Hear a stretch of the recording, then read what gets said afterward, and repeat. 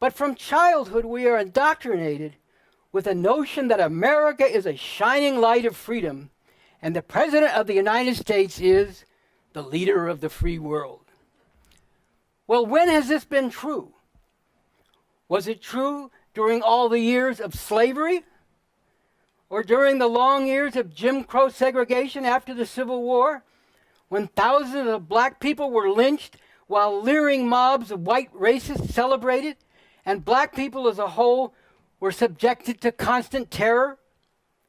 Is this a shining light of freedom now, when black people have to take to the streets demanding, "Stop killing us," because the police kill 1,000 people every year, many of them unarmed, especially black people, Latinos, and Native Americans?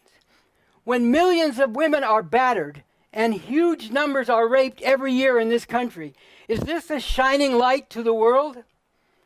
And what is this free world?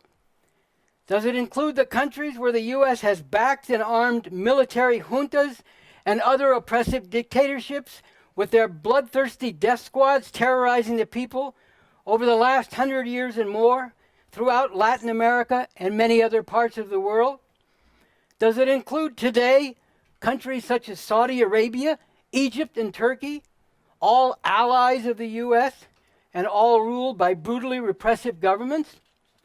Or what about the Philippines, where the government has carried out the cold-blooded murder of more than 10,000 people within the last year, and the head of state, Duterte, openly boasts of this?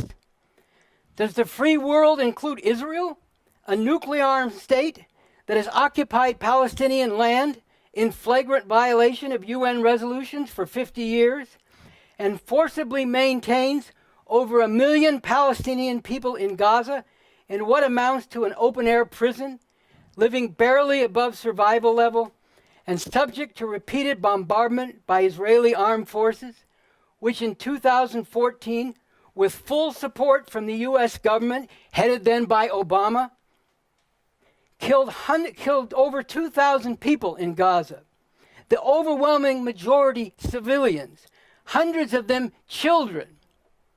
Is all this the free world? Once you remove the blinders of the great tautological fallacy, it can be seen that the free world simply means those parts of the world that are under the domination of or are friendly to the United States, no matter how monstrous their ruling classes may be, while the non-free world is made up of those who remain outside of, and especially those who oppose opposition or obstacles to the domination of the U.S. empire.